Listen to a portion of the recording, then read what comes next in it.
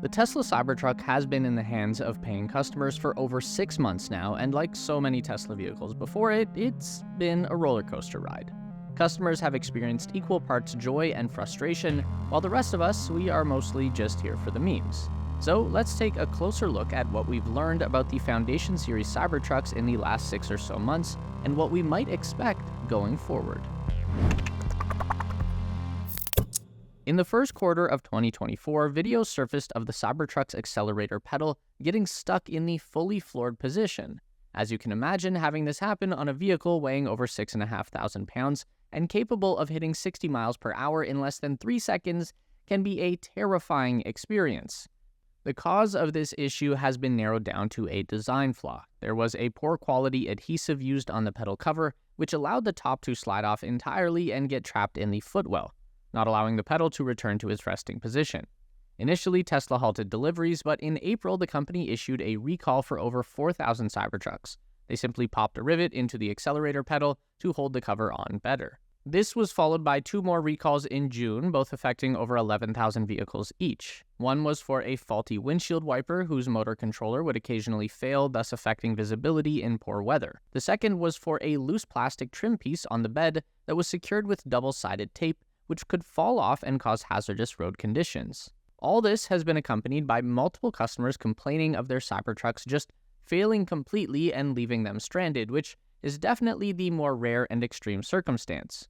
These range from defective oil pumps and HVAC failures to the entire truck just failing at delivery. We've seen a few Cybertrucks being returned to the service center on a tow truck, and while they have all been repaired or replaced free of cost, it can't be a pleasant experience for something you just spent $100,000 on.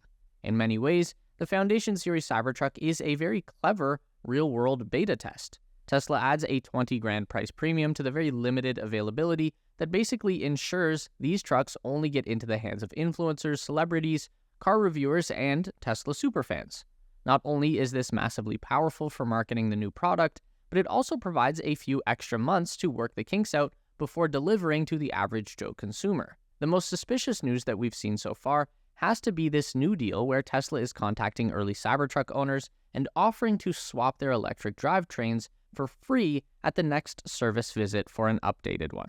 The company says the new drive unit has improved efficiency and reliability. They are very clear that the current drive unit in the vehicle is not dangerous to drive, but that it is instead conducting a study of early Cybertrucks. With Tesla not telling us more, we can only assume what this could mean. It could be that Tesla has simply found improvements that it wants to pass on to those who trusted them by buying the vehicles. But it could also mean that Tesla has found something in the existing drivetrain that could lead to a problem, and this is a start to the repair program. We should hopefully learn more in the coming weeks. Our first impressions of the Tesla Cybertruck were largely determined by the 3 exclusive reviews we saw at launch.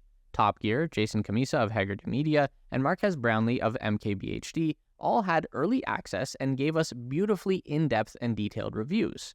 They listed out the limitations and then went into all that makes it exceptional, but now that the car has been in the hands of paying customers for a while, what do they think? How has it been received by those who trusted Tesla and put down over $100,000 on a car they had never driven? The short answer is, most people are mostly happy, with a few frustrations along the way. Of course, you will always see the videos proclaiming the car is terrible and they are selling it instantly. You can't please everyone all the time, and people tend to make reviews when they are unhappy a lot more than when they are happy. But the Cybertruck does perform as advertised, with the usual Tesla caveats to all advertisements. Sure, it will humiliate almost everything in a straight line sprint and is easily the most recognizable and polarizing vehicle on the road, but that comes with its fair share of frustrations, ranging from mildly annoying to downright dangerous.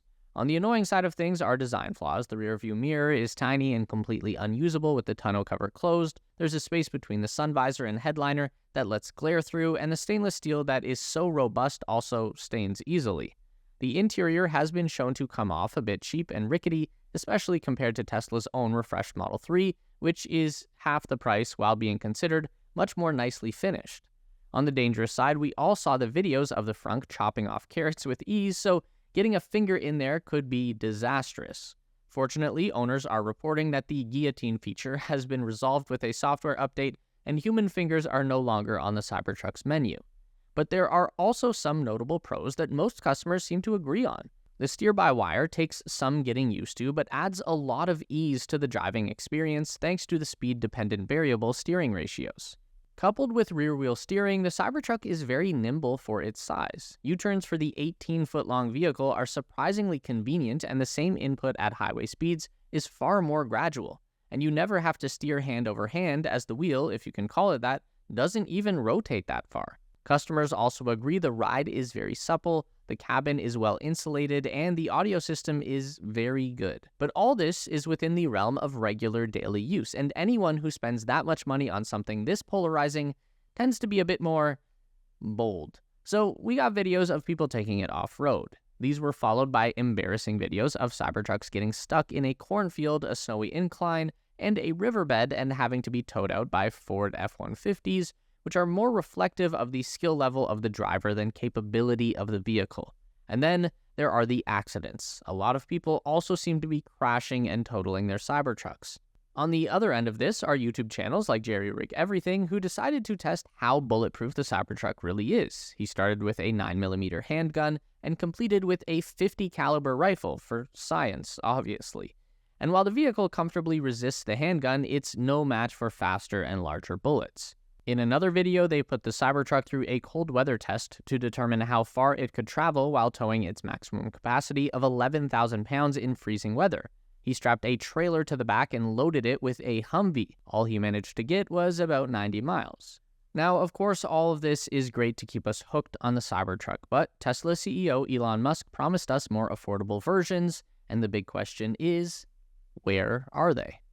Back in 2019, Elon said the truck would start at under $40,000. Of course, that never happened, and as things stand, there are 3 variants of the Cybertruck. The base variant is rear-wheel drive, priced at $61,000. It gets a single motor setup with a 250-mile range and a 7,500-pound towing capacity. The all-wheel drive variant is priced at $80,000, gets dual motors and 340 miles of range with an increased towing limit of 11,000 pounds. The flagship is Cyberbeast and is set at $100,000. It can hit 60 miles an hour from standstill in 2.6 seconds and still gets 320 miles of range. However, the order books are full for 2024, and as of now, Tesla is only taking orders for the 2025 Cyberbeast and all-wheel drive variants. The company says bookings for the rear-wheel drive variant will commence sometime in 2025, but as to when we will see a production rear-wheel drive Cybertruck on the roads, that's anyone's guess. Production for the current vehicles has been steadily increasing from just a couple thousand units in the first few months. Tesla is now building at least 200 Cybertrucks per day, which would be 1,400 per week, and upwards of 75,000 trucks per year. This is judging by the number of Cybertrucks being moved from the main production facility at Giga Texas to the delivery lot. Tesla is not releasing exact Cybertruck production numbers yet. They only group it in with the Model S and X on the quarterly report. Elon Musk's promise has been that the factory will reach 250,000 trucks per year, which seems plausible to achieve at some point in 2025. The question on everyone's mind is whether this is an initial excitement or whether this high can be continued. One of the Cybertruck's main rivals is the Rivian R1T, which starts at around $70,000. Some people who have driven both agree the Rivian is a better build and more capable, but it has struggled to sell in large numbers. So can Tesla get their act together and give customers reliable and functional cars, or will the slew of production issues hamper its potential to take over the electric pickup market?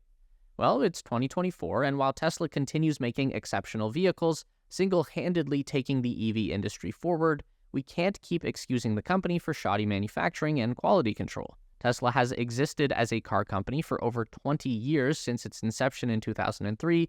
It has sold well over 5 million vehicles since the Model S went into production in 2012. Current production across 6 gigafactories ensures they deliver well over 1 million vehicles annually. They might not be as old as legacy manufacturers, but they are certainly not new, and to call them lacking experience or skill would just be false at this point. Recalls and product flaws like these should be unacceptable, especially for a company whose cheapest car starts at $40,000 US, with the more premium models well over $100,000.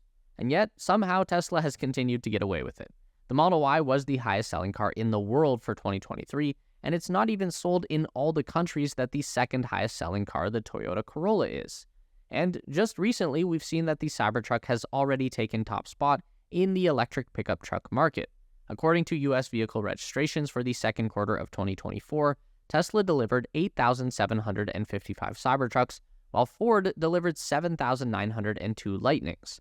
The closest competitor, the Rivian R1T, was back at 3,309. The Cybertruck has also been noted as the current best-selling vehicle over $100,000, with 3,200 new registrations in June. But with a bunch of major automobile manufacturers going back to investing in hybrid technology and scaling back their pure EV investments, there has never been a more interesting time for the battery electric vehicle, and there are few electric vehicles as interesting as the Cybertruck.